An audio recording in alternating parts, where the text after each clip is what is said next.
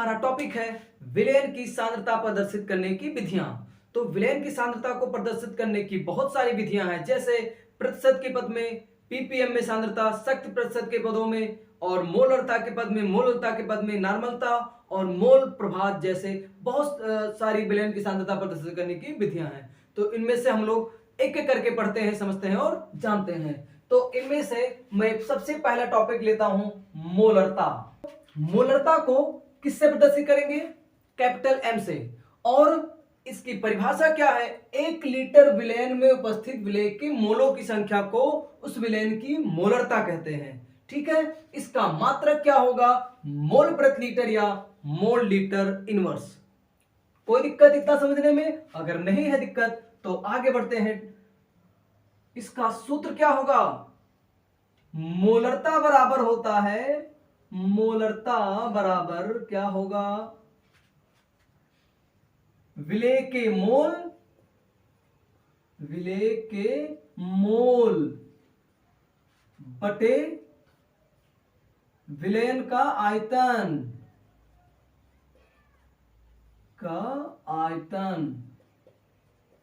और ये आयतन किसमें होगा? लीटर में होगा बेटा। किसमें होगा? लीटर में। यहां तक बात समझ में आई है? मोलरता का सूत्र क्या होगा? विलेय का मोल बटे विलयन का आयतन, वो भी लीटर में होगा। ठीक है, इसको हम संक्षिप्त फार्मूले के रूप में चलिए लिखते हैं। कैपिटल एम से मोलरता को प्रदर्शित कर दिए, और मोल, विलेय के मोल को हम लोग डिनोट करते हैं एनबी से। कहीं एन लिख देंगे तो कोई दिक्कत नहीं है, मैं यहाँ पे एनबी इसलिए लिख रहा हूं क्योंकि विलयन के घटक दो होते हैं, विलेय और विलायक। तो घटक ए मान लिए हम विलायक है, और घटक बी क्या है? विलेय है। तो दोनों को हमने ए और बी से डिनोट कर दिया। तो बी यहां होगा, उसका मतलब समझ लेंगे विलेय, और ए जहां होगा विलायक। तो एन बी क्या हो गया? एन है मोल और बी क्या है? विलेय। तो किसका मोल? विलेय का मोल बटे वी। तो फार्मूला हो गया m बराबर एन अपान वी। ये मोलरता का फार्मूला होता है। अब चूंकि एक चीज हमको और पता होता है, इसका फार्मूला सबको पता होना चाहिए, शायद तुम लोगों को पता होगा, और नहीं पता है तो जान लो। मोल बराबर क्या होता है? भार बटे अणुभार। तो विलेय का मोल बराबर क्या हो जाएगा? विलेय का भार WB बटे अणुभार m डैश। ये फार्मूला होता है किसका? मोल के लिए। तो हम इस फार्मूले में m बराबर NB अपान V वाले फार्मूले में NB का मान रख दें, तो फार्मूला हमारा क्या हो जाएगा? m बराबर WB बटे m डैश इंटू V। वो भी किसमें होगा? लीटर में होगा। ठीक है बेटा, अगर ये मान ले यदि V का मान ml में हो, किसमें हो? ml में हो, तो क्या करेंगे? अब इसको लीटर में चेंज करेंगे। अगर ml में दिया रहेगा तो क्या करेंगे? इस फार्मूले में ऊपर 1000 से मल्टीप्लाई कर देंगे। तो हम फार्मूले को ऐसे लिख सकते हैं, अगर ml में v का मान दिया हो तो m बराबर WB गुणे 1000 बटे m डैश इंटू v। ये हो गया किसका फार्मूला? मोलरता का फार्मूला। इस पे सवाल लगता है, इस पर हम लोग सवाल की भी प्रैक्टिस करेंगे। अभी देखते हैं, क्वेश्चन हमारा है 40 ग्राम NaOH को 200 ml विलेन में घोलने पर प्राप्त विलेन की मोलरता क्या होगी? ठीक है, यानी 40 ग्राम सोडियम हाइड्रोक्साइड है, 200 ml विलेन में घोला गया है, तो इस विलेन की क्या ज्ञात करना है?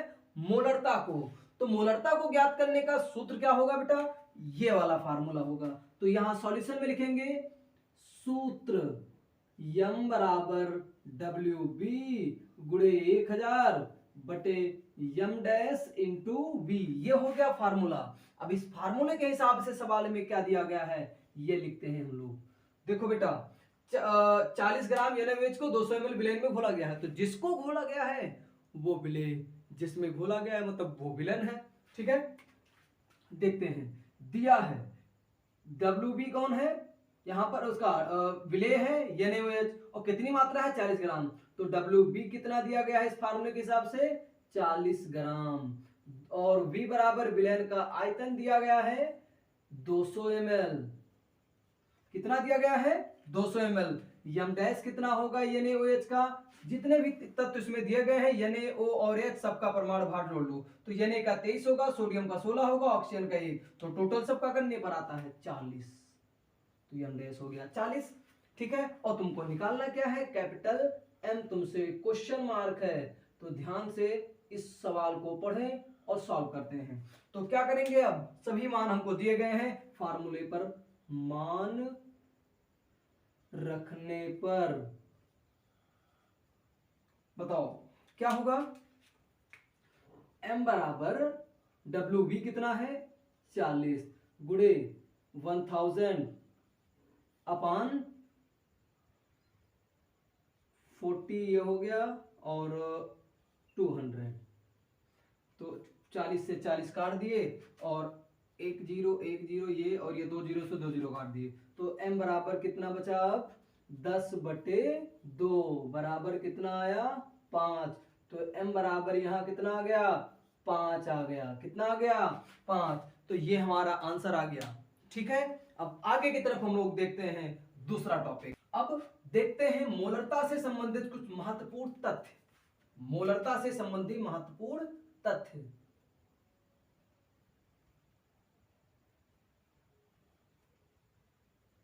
मोलरता से संबंधित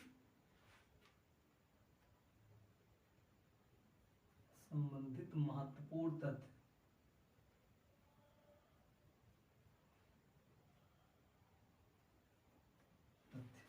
देखते हैं मोलरता से संबंधित महत्वपूर्ण तथ्य क्या है। सबसे पहली बात क्या है, इसमें हम लोग देखते हैं तापमान और मोलरता का क्या प्रभाव है। तापमान और मोलरता का क्या संबंध होता है। देखो बेटा, ये बहुत क्वेश्चन तुम्हारे पेपर में पूछे जाते हैं कि ताप बढ़ाने पर मोलरता पर क्या प्रभाव पड़ता है, घटती है बढ़ती है। तो देखते हैं, देखो विलेन यहां पर इस फार्मूले में क्या लिखा गया है, यम और यहां वी एक दूसरे के व्युत्क्रमानुपाती फार्मूले में दिख रहा है ना। तो अगर क्या करते हैं, तापमान बढ़ाते हैं या फिर विलयन को तनु करते हैं, तापमान बढ़ाते हैं या फिर विलयन को तनु करते हैं, तो दोनों कंडीशन में क्या होगा कि विलयन का आयतन बढ़ेगा और अगर विलयन का आयतन बढ़ेगा तो मोलरता घट जाएगी।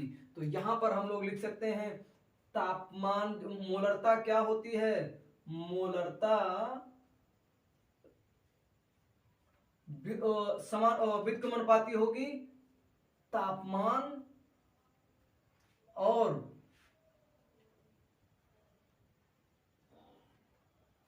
व्युत्क्रमानुपाती होगी आयतन के। किसके, आयतन के। तो जितना ज्यादा विलयन का आयतन होगा उतना ही कम विलयन की मोलरता होगी और विलयन को तनु करने पर उसकी आयतन बढ़ जाता है और जो विलयन का आयतन बढ़ेगा तो मोलरता घटेगी, या फिर अगर ताप बढ़ाएंगे तो भी विलयन का आयतन बढ़ जाता है जिस कारण से मोलरता घट जाती है।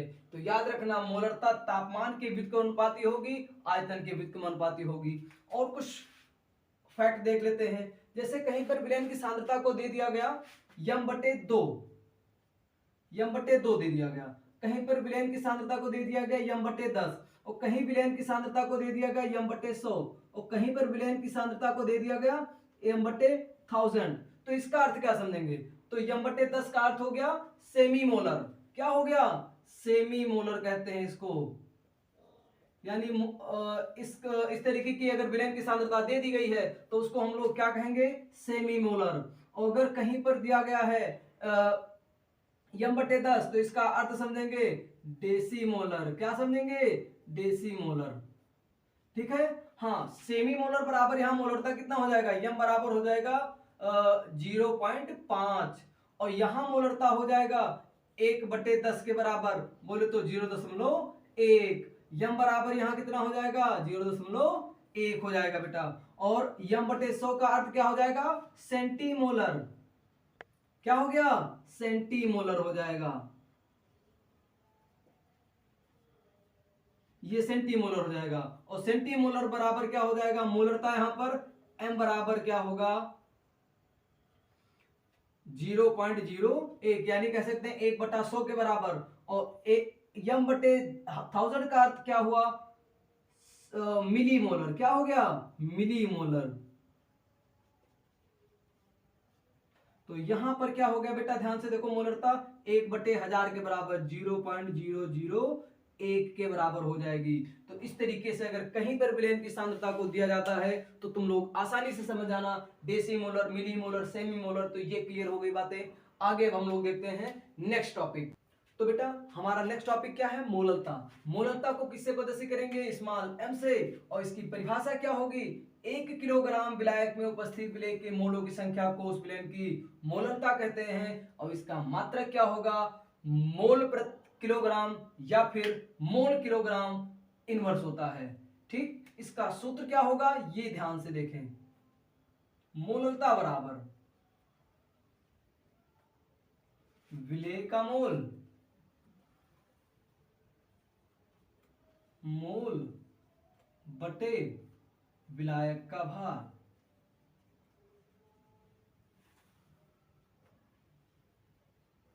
विलय का मोल बटे विलायक का भार, ये क्या होता है? मोललता का फार्मूला। इसको संक्षिप्त सूत्र के रूप में अगर हम लिखें तो स्मॉल m बराबर हो गया NB अपान WA।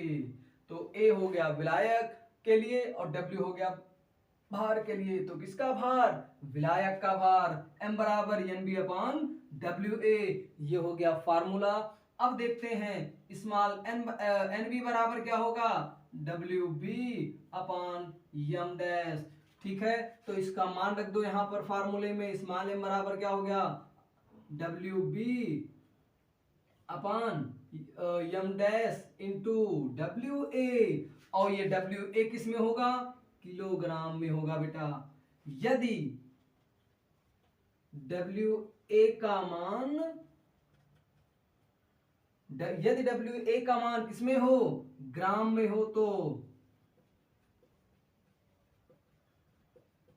क्या हो जाएगा फार्मूला? तो ऊपर है 1000 से मल्टीप्लाई कर देंगे तो हमारा सूत्र हो जाएगा तब के लिए WB गुणे 1000 बटे m डैश इंटू WA। इस फार्मूले पे लगेगा सवाल। इस फार्मूले में स्मॉल m क्या है? मोललता। WB क्या है? विलय का भार। और m डैश क्या है? अणुभार, विलय का अणुभार। और WA विलायक का भार है। एक क्वेश्चन तुरंत देख लेते हैं हम लोग। 20 ग्राम NaOH को, किसको? 20 ग्राम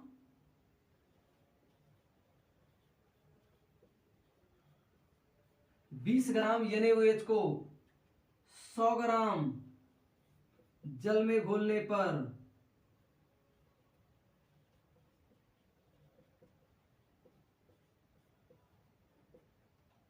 प्राप्त विलयन की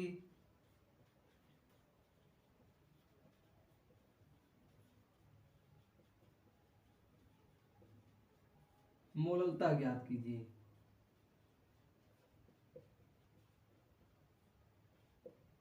चलिए देखते हैं।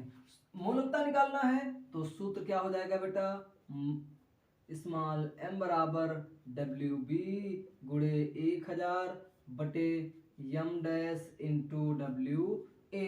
इस फार्मूले के हिसाब से सवाल में क्या दिया गया है देख लेते हैं। दिया है, क्या दिया गया है? WB कितना ग्राम, जिसको घोला गया वो विलय, जिसमें घोला गया विलायक। तो WB क्या हो गया? NaOH है, कितना ग्राम है? 20 ग्राम। 100 ग्राम क्या है? विलायक। WA कितना है? 100 ग्राम। ठीक है, और यहाँ पर m डैश कितना हो जाएगा बेटा? 40। अभी पिछले सवाल में हम लोग कैलकुलेट किए थे तो m डैश कितना हो गया? 40। ठीक, मान रख दो। स्मॉल m तुमसे पूछा गया है तो स्मॉल m